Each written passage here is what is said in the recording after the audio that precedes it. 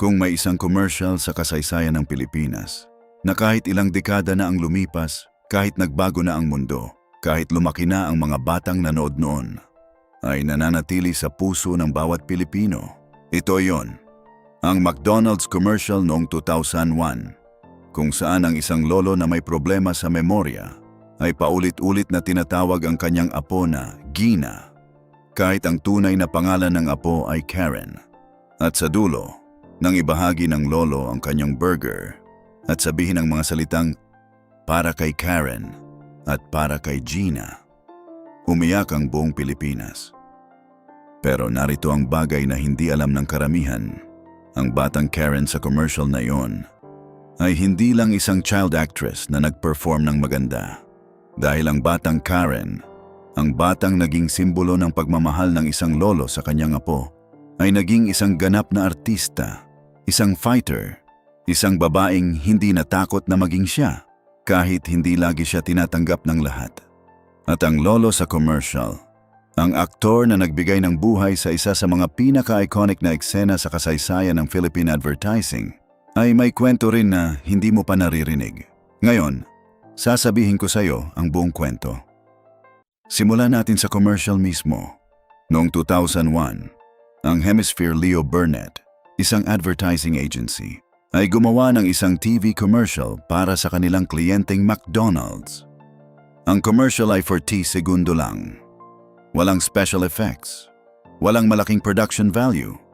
Simpleng eksena lang ng isang lolo at ng kanyang apo sa isang McDonald's restaurant. Pero ang simpleng eksena na iyon ay nagdulot ng isang bagay na hindi inaasahan ng sinuman. Umiyak ang buong Pilipinas. Dahil ang kwento ng isang lolo na may problema sa memorya, na paulit-ulit na tinatawag ang kanyang apo na Gina, kahit ang tunay na pangalan nito ay Karen, ay nakakaantig sa puso ng bawat isa. At sa dulo ng commercial, nang ibahagi ng lolo ang kanyang burger at sabihin ang mga salitang para kay Karen at para kay Gina, napagtanto ng lahat na kahit may problema sa memorya ang lolo, kahit hindi niya matandaan ang tamang pangalan ng kanyang apo, naalala niya ang pagmamahal. At iyon, ang simpleng mensahe na iyon, ay naging isa sa mga pinaka-memorable na commercial sa kasaysayan ng Philippine advertising. Ngayon, pag-usapan natin ang mga awards na natanggap ng commercial na ito.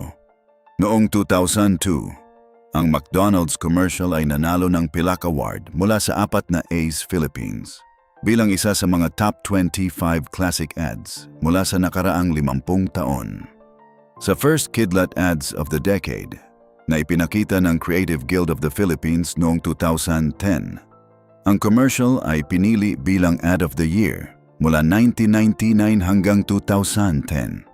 Pero ang pinaka-prestihiyosong award na natanggap ng commercial ay ang isa na nagpatunay na ang kwento ng isang lolo at kanyang apo ay hindi lang para sa mga Pilipino. Ang commercial ay naging kauna-unahang ad mula sa Pilipinas na nanalo ng Gold Lotus sa AdFest, ang pinaka-prestihiyosong advertising festival sa Asia. Ang Gold Lotus ay ibinibigay sa isang obra na kumakatawan sa isang kultura, relihiyon, paniniwala, tradisyon, wika at insights ng isang bansa. Ibig sabihin, ang simpleng 45 segundong commercial na ginawa para sa isang fast food chain ay naging isang pandaigdigang kinatawan ng kultura ng Pilipinas. Isang commercial na nagpapakita ng pagmamahal ng isang lolo sa kanyang apo ay naging simbolo ng kung ano ang ibig sabihin ng pagiging Pilipino. Ngayon, pag-usapan natin ang batang Karen sa commercial. Ang tunay na pangalan niya ay Glomer Rose de los Reyes, pero kilala siya ng lahat sa kanyang screen name na Karen de los Reyes. Ipinanganak siya noong Setyembre 29, 1984 at siya ay unang naging sikat dahil sa kanyang performance sa Patalas, bago pa man lumabas ang McDonald's commercial noong 2001. Pero ang McDonald's commercial ay ang nagbigay sa kanya ng isang bagay na hindi niya inaasahan, isang pinto sa showbiz.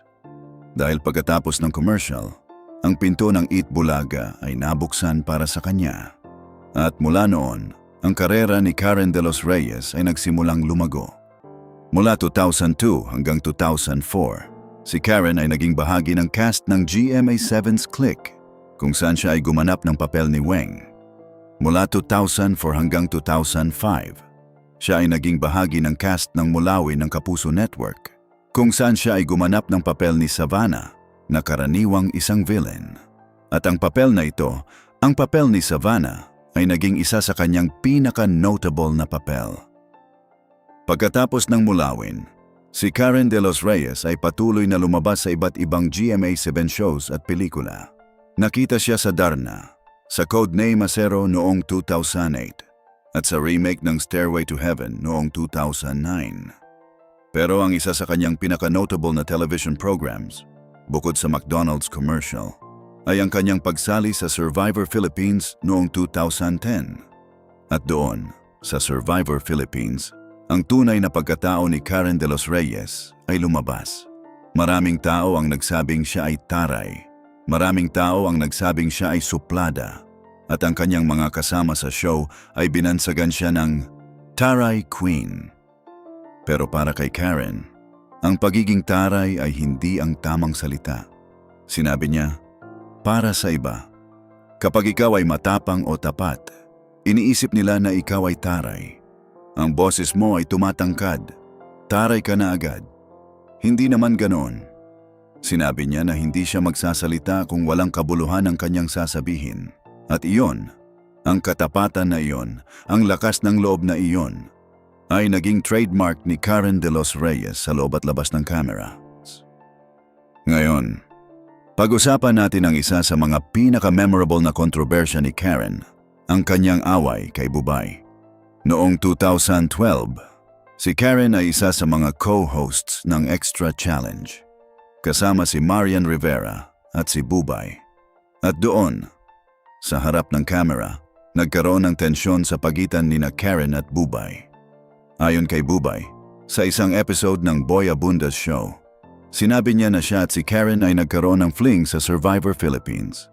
At nang bumalik si Bubay sa insidente sa Extra Challenge noong 2012, sinabi niya na sadya niyang binago ang apelyido ni Karen mula sa De Los Reyes patungo sa De Los Santos. Bakit? Para gawing biro ang sikat na McDonald's commercial kung saan ang lolo ni Karen ay tinatawag siyang Gina imbes na ang tunay niyang pangalan. Pero ang biro ay hindi naging masaya para kay Karen. Ayon sa mga ulat, si Karen ay nagalit at ang tensyon sa pagitan nila ay lumala hanggang sa si Marian Rivera, na isa ring host ng programa, ay kailangang pumagitna para pakalmahin ang dalawa. Pero ayon sa mga pinakabagong ulat, ang dalawa ay okay na ngayon at walang away sa pagitan nila. Ngayon, pag-usapan natin ang isang bagay na hindi alam ng karamihan tungkol kay Karen, ang kanyang tunay na pagkatao sa labas ng kamera. Ayon sa mga taong nakakakilala sa kanya, si Karen De Los Reyes ay isang mapagmahal na anak at katrabaho na mahilig magbiro at magpaganda ng sarili. Ibig sabihin, ang taray na si Karen sa camera ay hindi ang tunay na Karen sa totoong buhay. Pero narito ang isang bagay na nagpapakita ng tunay na pagkatao ni Karen. Kahit maraming kontrobersya ang kanyang kinasangkutan, kahit maraming tao ang nagsabing siya ay suplada, kahit maraming issue ang lumabas tungkol sa kanya, hindi siya nagbago. Nanatili siyang siya, nanatiling tapat, nanatiling matapang. At iyon ang pagiging totoo sa sarili. Kahit hindi lagi ito tinatanggap ng lahat, ay naging isa sa mga pinaka-admired na katangian ni Karen De Los Reyes para sa mga taong tunay na nakakakilala sa kanya. Ngayon, pag-usapan natin ang lolo sa McDonald's commercial. Ang aktor na nagbigay ng buhay sa isa sa mga pinaka-iconic na eksena sa kasaysayan ng Philippine advertising ay si Rudy Francisco. Si Rudy Francisco ay isang dating aktor ng Sampaguita Pictures noong mga dekada na ang nakakaraan. Pero narito ang isang bagay na hindi alam ng karamihan tungkol kay Rudy Francisco. Pagkatapos ng kanyang karera sa Sampaguita Pictures, si Rudy ay nag-abandona ng showbiz para sundin ang kanyang tunay na pangarap. Naging abogado siya, at hindi lang basta abogado, naging legal counsel siya ng Sampaguita Pictures, ang parehong kumpanya kung saan siya dating nag-artista Isang dating aktor na naging abogado, na naging legal counsel ng kanyang dating kumpanya. At sa kanyang pagtanda, bumalik siya sa harap ng kamera para gumanap ng papel ng isang lolo na may problema sa memorya sa isang 45 segundong commercial na naging isa sa mga pinaka-iconic na commercial sa kasaysayan ng Pilipinas. Pero narito ang pinakamasakit na bahagi ng kwento ni Rudy Francisco. Ayon sa mga ulat, ang McDonald's commercial ay dapat sana ay may part 2. Ang part 2 ay magpapakita ng pagtatagpo ni na Karen at Gina kasama ang kanilang lolo, at ang magiging papel ni Gina ay ang talent ng Songs Morse at Amon na may hawig kay Karen de los Reyes. Pero ang part 2 ng commercial ay hindi na natuloy. Bakit? Dahil noong 2019, si Rudy Francisco, ang lolo sa McDonald's commercial, ay pumanaw sa edad na 96. Siya ang dahilan kung bakit hindi na natuloy ang part 2. At iyon, ang pagpanaw ni Rudy Francisco ay nagdulot ng isang bagay na hindi inaasahan ng sinuman. Ang commercial ay naging mas iconic pa. Dahil ngayon, ang 45 segundong commercial na iyon ay hindi lang isang advertisement. Ito ay isang alaala ng isang aktor na nag-abandona ng showbiz para maging abogado, na bumalik sa harap ng kamera sa kanyang pagtanda at nagbigay ng buhay sa isa sa mga pinaka-iconic na eksena sa kasaysayan ng Philippine advertising. Isang 45 segundong commercial, isang lolo na may problema sa memorya, isang apo na nagngangalang Karen na tinatawag na Gina, isang burger na ibinabahagi at mga salitang para kay Karen at para kay Gina. Iyon lang. Pero iyon ang nagpapanginig sa puso ng bawat Pilipino mula noong 2001 hanggang ngayon. Dahil ang commercial na iyon ay hindi lang isang advertisement para sa isang fast food chain. Ito ay isang kwento ng pagmamahal ng isang lolo na kahit may problema sa memorya ay hindi nakalimutan ang pagmamahal sa kanyang apo. At ang batang Karen sa commercial, ang babaeng ngayon ay kilala bilang Karen de los Reyes, ay nagpatunay na ang isang 45 segundong eksena ay kayang baguhin ang buhay ng isang tao. Kaya sa susunod na makita mo ang McDonald's commercial na yon, o marinig mo ang mga salitang, "Hello Karen po," alalahanin mo ang kwentong ito. Ang isang batang naging artista dahil sa isang commercial. Ng isang aktor na nag-abandona ng showbiz para maging abogado.